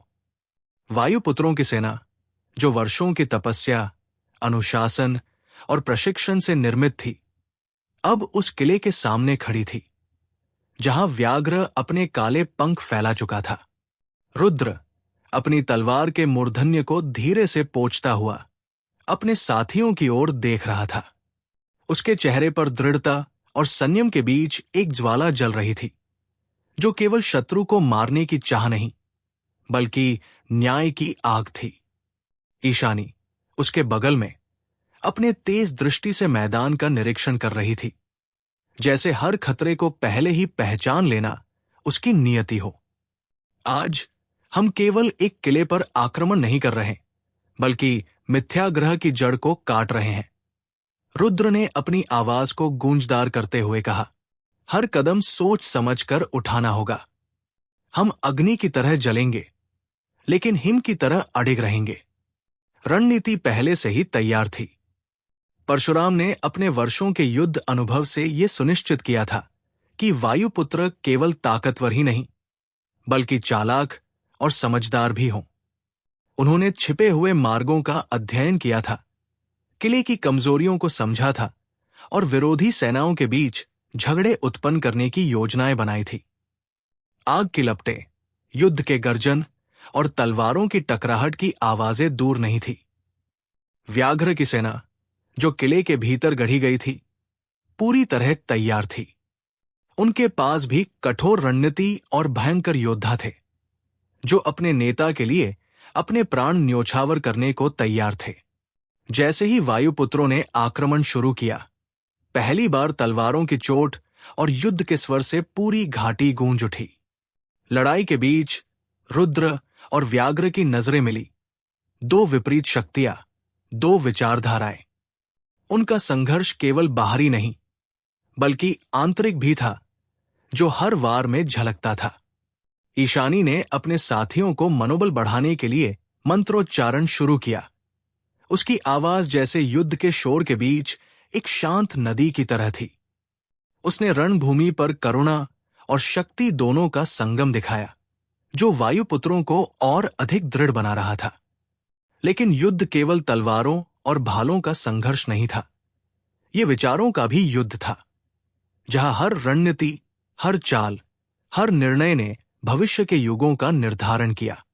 यह लड़ाई थी न्याय और अन्याय, सत्य और मिथ्या, प्रेम और द्वेष के बीच। भाग 3, किले तक पहुंचना, रणनीति बनाना, वायुपुत्रों की तैयारी। धुंधली सुबह की ठंडी हवा में पर्वतों की चट्टानों से टकराती ध्वनि गूंज रही थी। वायुपुत्रों की सेना, जो वर्षों की तपस्या और कठोर प्रशिक्षण से निर्मित थी, अब व्याघ्र के किले के समीप खड़ी थी। किला अपनी ऊंची, काले पत्थरों की दीवारों और तीरधनुष के खांचों के साथ दुश्मन के लिए एक अजेय गढ़ जैसा था। रुद्र ने गहरी सांस ली। उसकी आंखों में केवल एक उद्देश्य था, न्याय की स्थापना। ईशानी, जो उसकी ताकत और सुकून दोनों थी, उसकी बगल में खड़ी थी। दोनों के बीच एक अनकही समझ थी, जो वर्षों की साधना और संघर्ष से बनी थी। परशुराम ने घुमाकर सभी वायुपुत्रों को एकत्र किया। उसकी आवाज कठोर और दृढ़ थी, वर्षों के युद्धों की अनुभवी आवाज। ध्यान से सुनो, उसने कहा, यह केवल एक लड़ाई नहीं है, यह हमारे आदर्शों की रक्षा का आखिरी मौका है। व्याघ्र का किला मजबूत है, लेकिन उसकी कमजोरी भी कम नहीं। हमने उसके कमजोर रास्ते खोजे हैं, पर चतुराई से आगे बढ़ना होगा। सबने परशुराम की बात को गंभीरता से सुना। उस रणनीति में 3 मुख्य स्तंभ थे। पहला, रात के अंधकार का फायदा लेकर गुप्त मार्ग से किले के पीछे पहुंचना। दूसरा, सामने की मुख्य सेना से ध्यान हटाने के लिए भ्रामक हमले करना। तीसरा, रुद्र और कुछ चयनित योद्धाओं का मुख्य द्वार पर तेज आक्रमण। रुद्र ने कहा, हमारे लिए अनुशासन और संयम से बढ़कर कुछ नहीं। जब तक युद्ध शुरू न हो, तब तक हमारे कदम सख्ती से नियंत्रित रहेंगे। हम हिम की तरह स्थिर और अग्नि की तरह प्रज्वलित होंगे। ईशानी ने मंत्रोच्चारण शुरू किया। उसका स्वर शांत, सशक्त और मनोबल बढ़ाने वाला था। धीरे धीरे पूरे समूह में एक अजब सी ऊर्जा फैलने लगी। वे केवल शारीरिक रूप से तैयार नहीं थे, बल्कि मानसिक और आध्यात्मिक रूप से भी युद्ध के लिए सजग थे। रात्रि की चादर जैसे धीरे धीरे आसमान पर फैल रही थी। तब वायुपुत्रों ने अपनी अपनी जगह संभाली। अंधकार में उनके छिपे हुए चेहरे, जड़े हुए कदम और चुप्पी, सब कुछ एक शांति में लिपटा था, जो आने वाले तूफान की गवाही दे रहा था। गुप्त मार्ग से कुछ योद्धाओं ने किले की कमजोर दीवार तक पहुंचने का काम संभाला। वहीं सामने की ओर से मुख्य सेना ने शोर मचाकर व्याघ्र की सेनाओं को विचलित करना शुरू किया। रुद्र ने अपने तलवार की नोक पर हल्की सी आंच महसूस की, जैसे तलवार भी तैयार हो युद्ध के लिए। उसके हाथों में तलवार एक नायक की उम्मीदों का प्रतीक थी। वायुपुत्रों की आंखों में भले ही भय की कोई झलक न थी, पर वे जानते थे कि आगे का मार्ग जितना कठिन होगा, उतना ही ये लड़ाई उनके अस्तित्व की परीक्षा होगी। भाग 4, युद्ध और रणनीति। रात की स्याही जैसे ही घिर गई, वायुपुत्रों ने अपनी अपनी जगह संभाल ली। किले के चारों ओर अंधेरा फैला हुआ था, पर भीतर की दीवारों के पीछे व्याघ्र की सेना सतर्क थी। किले की दीवारों पर तीरधार बंधे हुए थे, हाथ में तलवारें थी, और उनके चेहरे पर उस निडरता की छाया थी जो वर्षों के अनुभव से आई थी। रुद्र ने एक बार गहरी सांस ली। उसकी नजरें सामने की विशाल दरवाजे पर टिकी थी। अब समय आ गया है, उसने फुसफुसाया। हमारी सेना, हमारा संघर्ष, हमारा धर्म, सब कुछ इस पल पर टिका है। परशुराम ने तेज आवाज में आदेश दिया, हमले शुरू करो। ध्यान रहे, अनुशासन बनाए रखो। भीड़ में कहीं भी अव्यवस्था नहीं होनी चाहिए। पहले चरण में मुख्य सेना ने जोरदार ताली और शोर मचाकर व्याघ्र की सेनाओं का ध्यान भटकाया। किले के सामने गूंजती हुई आवाजें, भड़कती हुई चिंगारियां और पत्थरों पर तीर बरसाने की गड़गड़ाहट के बीच गुप्त मार्ग से कुछ वायुपुत्र चुपचाप किले की कमजोर दीवार की ओर बढ़े। वहां से वे अंदर घुसने का मार्ग तलाशने लगे। दीवार की नमी और ठंडक के बीच उनकी सांसें सांसें बहती थी, पर मन की एकाग्रता ने उन्हें स्थिर रखा। एक गलती भी पूरे अभियान को ध्वस्त कर सकती थी। तभी दीवार के पास एक प्रहरी ने हल्की सी आवाज सुनी। वो सावधानी से वहां गया, पर कुछ देख न पाया। यहीं तक कि वायुपुत्रों ने उसकी पीठ पर हमला कर दिया। चुपके से हुई ये घातक वार युद्ध की शुरुआत थी। मुख्य सेना ने भी अपना आक्रमण तेज कर दिया। तीरों की बौछार, तलवारों की टंकार और गढ़ की मजबूत दीवारों पर बमबारी, सब कुछ युद्ध की झड़ी जैसा था। रुद्र अपनी तलवार लेकर अग्रिम पंक्ति में था। उसकी चालें तेज, फैसले तीव्र और मन स्थिर था। वो हर वार को भांप लेता, हर हमले को पलट देता। उसकी हर तलवार की धार में वो आग थी जो न्याय की चाह से जल रही थी। ईशानी भी पीछे से वायुपुत्रों का मनोबल बढ़ा रही थी। उसके मंत्रों की गूंज युद्ध भूमि में एक आध्यात्मिक शक्ति की तरह फैल रही थी, जो थकावट और निराशा को दूर कर रही थी। फिर भी व्याघ्र की सेना कम नहीं थी। उनके नेतृत्व में एक चतुर और क्रूर सेनापति था, कुमुद। कुमुद ने किले की रक्षा में अपना जीवन लगा दिया था। वो हर हमले का सावधानी से मुकाबला करता और वायुपुत्रों के बढ़ते मनोबल को तोड़ने की हर संभव कोशिश करता। लड़ाई लंबी और कठिन होती जा रही थी। कुछ वायुपुत्र घायल हुए, कुछ अपनी जान गंवा बैठे, पर किसी के मन में हार का भाव नहीं था। वे जानते थे कि उनकी लड़ाई केवल इस किले के लिए नहीं, बल्कि अपने आदर्शों के लिए थी। रुद्र ने एक पल को अपने चारों ओर देखा। उसकी दृष्टि में वो स्पष्ट था, ये लोग केवल सैनिक नहीं, बल्कि उसके परिवार के सदस्य थे। उनके साथ वो हर एक क्षण लड़ाई में जी रहा था। उसी समय कुमुद ने एक बड़े तोप से हमला किया। वो आवाज और धमाका पूरे मैदान में गूंजा। कई वायुपुत्र गिर पड़े, पर वे उठे और फिर से लड़ाई में जुट गए। युद्ध के बीच अचानक से एक संकट उत्पन्न हुआ। कुमुद ने गुप्त मार्ग का पता लगाकर वहां एक और बड़ी सेना भेजी। इससे वायुपुत्रों की संख्या पर संकट मंडराने लगा। परशुराम ने तुरंत एक योजना बनाई। रुद्र, तुम कुछ चुनिंदा योद्धाओं के साथ गुप्त मार्ग पर जाओ और उन्हें नष्ट करो। बाकी सेना मुख्य द्वार पर मुकाबला जारी रखे। रुद्र ने कड़क आवाज में जवाब दिया, आदेश स्वीकार है, हम पीछे हटेंगे नहीं। वो और उसके साथ कुछ नायक चुपके से गुप्त मार्ग की ओर बढ़े। उनकी चालें इतनी तगड़ी और सावधान थी कि दुश्मन को उनका पता भी नहीं चला। भाग 5, युद्ध और रणनीति। गुप्त मार्ग पर रुद्र और उसके साथी तेजी से आगे बढ़ रहे थे। उनके कदमों की आहट पत्थरों पर गूंज रही थी, पर सावधानी से चलने के कारण उनकी मौजूदगी दुश्मन तक नहीं पहुंची। कुमुद की सेना का भारी दबाव मुख्य द्वार पर था और रुद्र का यह हमला निर्णायक मोड़ साबित हो सकता था। रुद्र की आंखों में प्रचंड तेज था। हर कदम पर उसे यह सोचकर संयम बनाए रखना था कि यह लड़ाई केवल तलवारों का नहीं, बल्कि रणनीति और धैर्य की भी थी। उन्होंने अपने साथियों को चुप्पी से संकेत दिए और जैसे ही सामने एक दुश्मन प्रहरी दीवार के पास दिखाई दिया, उसने घातक वार कर उसे गिरा दिया। लेकिन तभी दूर से कुछ हलचल हुई। दुश्मन के अतिरिक्त सैनिक तेजी से उस ओर बढ़ रहे थे। रुद्र ने तुरंत अपनी टीम को चेतावनी दी, सावधान, घेराव हो सकता है। वे एक संकरी गुफा की ओर बढ़े, जहां से वे किले के भीतर घुस सकते थे। इस गुफा के पास पहुंचकर रुद्र ने अपने योद्धाओं से कहा, यहां पर एक घातक झटका लगाकर किले की रीढ़ तोड़नी होगी। ध्यान रहे, हम अकेले नहीं हैं। दुश्मन भी हमारे हर कदम को नाप रहे हैं।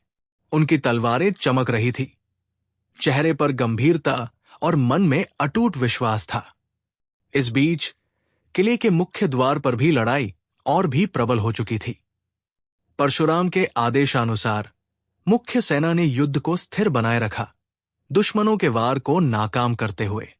सैनिकों की टंकार, धनुषों की तीरों की बौछार और तलवारों की टकराहट ने युद्ध भूमि को युद्ध की महाभूमि बना दिया था।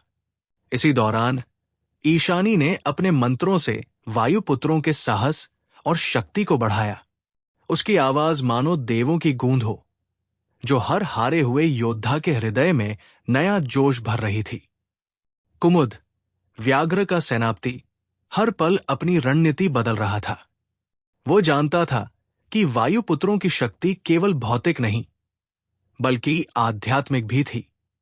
इसलिए उसने किले के ऊपरी हिस्से से एक विशेष टीम उतारी, जिनका काम था कि वे वायुपुत्रों के मनोबल को तोड़ने के लिए जासूसी और छापेमारी करें। पर वायुपुत्रों के भीतर भी खुफिया खबरें पहुंच रही थी। एक छोटे दल ने सफलतापूर्वक उन जासूसों को पकड़ा और परशुराम के सामने लाया। परशुराम ने कड़क लहजे में कहा, इस लड़ाई में हमें हर स्थिति का सामना करना होगा, लेकिन हमें संयम और शुद्धता नहीं खोनी। हम विजय के लिए नहीं, न्याय के लिए लड़ रहे हैं। फिर गुप्त मार्ग पर रुद्र और उसके साथी अंदर घुसे। वे किले के भीतरी आंगन में पहुंचकर दुश्मन को आश्चर्यचकित कर दिया। अचानक हुई इस घातक वार से कुमुद की सेना हड़बड़ा गई। रुद्र ने अपने तलवार की धार से कई दुश्मनों को धराशायी किया। उसका शौर्य देखकर कुछ सैनिक पीछे हटने लगे, लेकिन कुमुद ने अपनी तलवार उठाई और सीधे रुद्र की ओर बढ़ा। दो योद्धा आमने सामने खड़े थे, एक हिम की ठंडक और एक ज्वाला की गर्मी। उनका संघर्ष तलवार की टंकार, चतुराई भरे कदम और तीव्र नजरों का मुकाबला था। लड़ाई के बीच रुद्र ने कुमुद के चेहरे पर देखा। वहां केवल क्रोध और सत्ता की भूख नहीं, बल्कि एक गहरी चिंता भी थी। कुमुद जानता था कि ये युद्ध केवल तलवारों का नहीं, विचारों का भी था। युद्ध के बीच कुमुद ने अपने एक सहयोगी को रुद्र के पीछे घुसपैठ करने भेजा, लेकिन ईशानी ने इसे भांप लिया और अपनी शक्तियों से उस घुसपैठिए को रोक दिया। इस तरह युद्ध का ये चरण अंतहीन संघर्ष, निडरता और गहरी रणनीतियों से भरा रहा। लड़ाई की थकान के बीच किले के भीतर और बाहर दोनों ओर घमासान जारी था। परशुराम ने वायुपुत्रों को संयम बनाए रखने और अनुशासन की सीख दी थी, और यही अनुशासन अब निर्णायक साबित हो रहा था। कुमुद की सेना कमजोर होने लगी थी, लेकिन उसने हार नहीं मानी। उसकी चतुराई और दृढ़ संकल्प से लड़ाई एक नई दिशा लेने लगा। परशुराम ने देखा कि सीधे टकराव में नुकसान हो रहा है, इसलिए उन्होंने रुद्र और ईशानी को बुलाकर नई योजना बनाई। ये लड़ाई केवल तलवारों से नहीं जीती जाती, बल्कि मनोबल और विश्वास से जीती जाती है। परशुराम ने कहा, रुद्र, तुम्हें कुमुद के मनोबल को तोड़ना होगा, उसकी कमजोरियों को ढूंढो। ईशानी, तुम्हारी भूमिका है हमारे योद्धाओं को संबल देना, उनकी चेतना को प्रबल करना। रुद्र ने अपनी तलवार उठाई और फिर से युद्ध भूमि में कूद पड़ा। उसकी आंखों में अब एक नया संकल्प था, न केवल युद्ध जीतना, बल्कि विरोधी की आत्मा को भी परास्त करना। कुमुद को पता था कि अब समय उसके लिए कम है। उसने अंतिम प्रयास किया, अपने निजी सेनापति को रुद्र से लड़ाने भेजा। यह सेनापति न केवल ताकतवर था, बल्कि चालाक भी। उसने कई बार रुद्र को घेरने की कोशिश की, पर हर बार रुद्र अपनी तेज सोच और कुशलता से बच निकलता। ईशानी ने अपनी शक्ति से वायुपुत्रों के मनोबल को बढ़ाया। उसकी उपस्थिति से वे सभी थकान को भूल गए और फिर से ऊर्जा से भर गए। उसकी मंत्रों की गूंज युद्ध के बीच में मानो जैसे देवताओं का आशीर्वाद बन गई। युद्ध की स्थिति ने एक नई मोड़ लिया जब कुमुद ने अपने गुप्त अस्त्र का इस्तेमाल किया, एक विशेष विषैले तीर जो केवल एक बार इस्तेमाल किया जाता था। वो तीर रुद्र की ओर छोड़ा गया।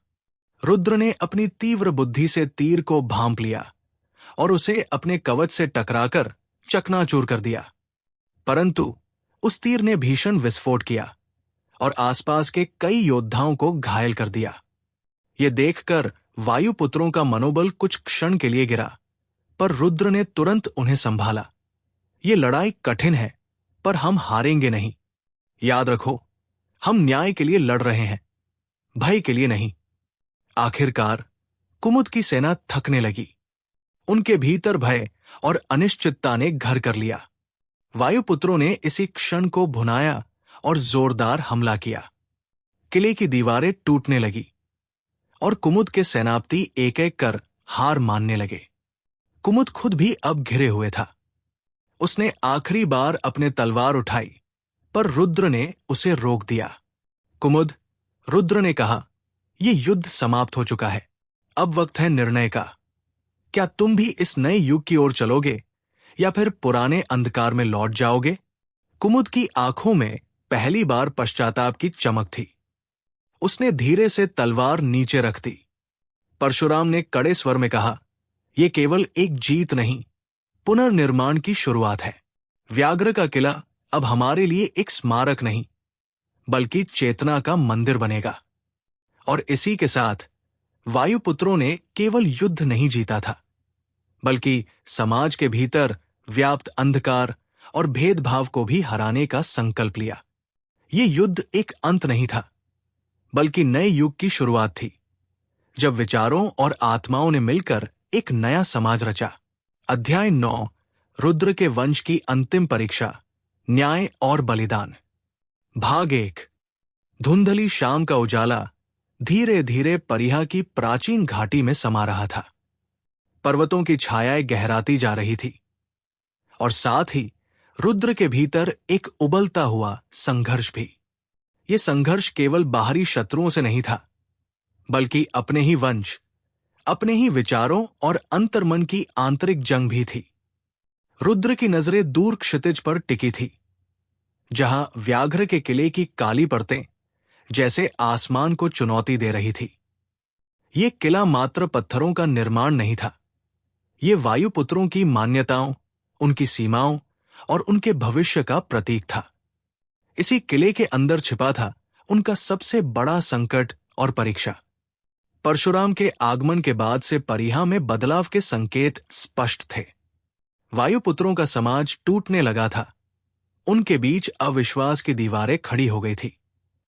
कुछ पुरानी परंपराओं में विश्वास रखने वाले और कुछ नए विचारधाराओं के समर्थक अब टकरा रहे थे। रुद्र इस परिस्थिति को समझ रहा था कि न्याय की लड़ाई केवल तलवार से नहीं, बल्कि हृदय और मन से भी लड़नी होगी। एक रात जब परिहा की गुफा में शांति थी, रुद्र ने अपने सबसे विश्वसनीय साथियों के साथ एक सभा बुलाई। वहां उन्होंने कहा, हमारा वंश, हमारी विरासत अब अंतिम परीक्षा पर है। ये लड़ाई केवल व्याघ्र के किले तक सीमित नहीं होगी। ये हमारी आत्मा की लड़ाई है। हम किस लिए खड़े हैं, केवल शक्ति के लिए या न्याय के लिए? हमें तय करना होगा कि बलिदान क्या है और कब वो आवश्यक होता है। सभा में बैठे सभी वायुपुत्रों के चेहरे गंभीर थे। ईशानी की नजरों में सहानुभूति और दृढ़ता दोनों झलक रहे थे। उन्होंने रुद्र का हाथ थामते हुए कहा, तुम अकेले नहीं हो, हम सब साथ हैं। पर याद रखो, न्याय की राह कठिन होती है और उसमें बलिदान अपरिहार्य। रुद्र ने गहराई से सांस ली और अपनी तलवार को देखा, जो उस अंधकार में चमक रही थी। उस तलवार में केवल धातु नहीं, बल्कि उनके पूर्वजों का आशीर्वाद, उनके संघर्षों की यादें और भविष्य के लिए उनकी आशाएं समाहित थी। समय कम था, व्याघ्र की ताकत बढ़ रही थी और उसका प्रभाव परिहा के बाहर भी फैल चुका था। रुद्र को समझना था कि वो अंतिम परीक्षा का सामना कैसे करेगा, न केवल युद्ध में बल्कि अपने वंश के भीतर के विवादों और सामाजिक विखंडन के बीच भी। भाग 2। रुद्र की सभा के बाद परिहा में माहौल बदलने लगा। जो वायुपुत्र पहले केवल तलवार और युद्ध के माध्यम से ही शक्ति को पहचानते थे, वे अब न्याय, करुणा और समझ के महत्व को भी स्वीकार करने लगे थे। पर यह बदलाव सहज नहीं था। अनेक पुरानी परंपराएं और विचारधाराएं अब एक दूसरे के सामने खड़ी थी। रुद्र खुद भी अपने भीतर के द्वंद्व से जूझ रहा था। वो जानता था कि न्याय की राह पर चलना कितना कठिन होता है, खासकर जब उसके लिए अपने ही परिवार, अपने ही वंश को चुनौती देनी पड़े। उसके पिता महादेव की शिक्षाएं अब उसकी आत्मा में गूंज रही थी। बलिदान वो नहीं जो बाहर दिया जाए, बलिदान वह है जो भीतर की चीरफाड़ से होकर गुजरे। तभी एक दिन परिहा के दूर के पठारों से खबर आई, व्याघ्र ने अपने गढ़ को मजबूत कर लिया है और अब उसकी सेनाएं परिहा के सीमाओं पर दस्तक देने लगी है। ये संघर्ष अब और अधिक तीव्र होने वाला था। रुद्र ने तुरंत रणनीति बनाई, अपने साथियों को संगठित किया और सेना का नेतृत्व संभाला। पर यह युद्ध केवल बाहरी लड़ाई नहीं था। कई वायुपुत्रों ने व्याघ्र के प्रभाव में आकर अपने ही वंश के खिलाफ साजिशें रची। ये अंदरूनी विद्रोह रुद्र के लिए सबसे बड़ी चुनौती थी। उसे न्याय के साथ साथ विश्वास भी बहाल करना था। एक शाम जब चंद्रमा अपनी पूरी चमक पर था, रुद्र और ईशानी गुफा के बाहर खड़े थे। ईशानी ने कहा, रुद्र, ये युद्ध केवल तलवारों का नहीं, दिलों का भी है। अगर हम अपने भीतर के संघर्ष को जीत नहीं पाएंगे तो बाहर की लड़ाई भी व्यर्थ होगी। रुद्र ने सहमति में सिर हिलाया। उसने अपने वंश और समाज के लिए एक नई दृष्टि तैयार की। एक ऐसा समाज जो शक्ति और न्याय दोनों को साथ लेकर चले, जो बलिदान को समझे लेकिन उसे निरर्थक न बनाए। इस प्रकार व्याघ्र के किले की ओर बढ़ते हुए रुद्र ने अपने साथियों से कहा, यह लड़ाई केवल शक्ति की नहीं, हमारी आत्मा की परीक्षा है। हमें न्याय, सहानुभूति और बलिदान के साथ लड़ना होगा। यह समय है जब वायुपुत्रों को अपने वास्तविक स्वरूप में उभरना होगा। युद्ध की गड़गड़ाहट अब करीब थी और परिहा की घाटियां इसके लिए तैयार थी। रुद्र के वंश की अंतिम परीक्षा अब शुरू होने वाली थी। एक परीक्षा जो न केवल उनकी जीत या हार का निर्णय करेगी, बल्कि उनके समाज के भविष्य को भी आकार देगी। भाग 3। शेष युद्ध की भीषणता धीरे धीरे परिहा के उस घने जंगल में फैलने लगी थी। व्याघ्र के किले के काले पत्थरों पर अब रक्त की धाराएं बह रही थी और आकाश में गड़गड़ाहट के बीच कड़कती हुई तलवारों की टकराहट हवा को कांपाती थी। रुद्र ने अपने वायुपुत्रों के साथ मिलकर बार बार आक्रमण किए, पर व्याघ्र के सेनापति भी कोई साधारण योद्धा नहीं थे। उनमें से एक, कर्णवीर, अपने बल और रणनीति में अचूक था। उसकी भालाबान की तीरंदाजी इतनी तेज थी कि दूर से ही दुश्मन के दिलों में भय बैठ जाता था। लड़ाई के बीच रुद्र और कर्णवीर की मुठभेड़ सबसे भीषण थी। दोनों ही वीरों की तलवारें झंझना रही थी और हर वार में न्याय और अधर्म का टकराव साफ दिख रहा था। रुद्र के भीतर न्याय की आग और करुणा की नरमी दोनों थी, जबकि कर्णवीर में कठोरता और सत्ता की भूख।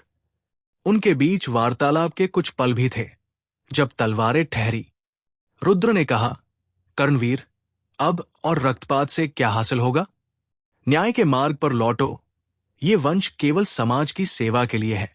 कर्णवीर ने ठंडी हंसी के साथ जवाब दिया, तुम्हारा न्याय? वो तो सिर्फ बहाने हैं, रुद्र। शक्ति ही असली न्याय है और ये शक्ति अब मेरे हाथ में है। पर युद्ध का मैदान कोई दलीलों का स्थल नहीं था। जैसे ही दोनों की तलवारें फिर टकराई, रुद्र ने अपनी सारी शक्ति लगाकर कर्णवीर को घेर लिया। उसकी तलवार ने कर्णवीर के कवच को चीर दिया और अंत में वो गायब हुआ। पर विजय की कीमत भारी थी। रुद्र के कई साथी भी उस युद्ध में वीरगति को प्राप्त हुए थे। ईशानी ने रक्तरंजित तलवारों के बीच अपनी क्षमता से घायलों की रक्षा की और युद्ध के बीच उन्हें पुनः संगठित किया। युद्ध के अंत में व्याघ्र का किला ध्वस्त हो चुका था, पर समाज के भीतर व्याप्त विभाजन अब भी कायम था। रुद्र ने अपने अंदर गहरे दुख और जिम्मेदारी को महसूस किया। उसने जाना कि केवल युद्ध से न्याय नहीं आता, बल्कि बलिदान और समझ भी जरूरी है।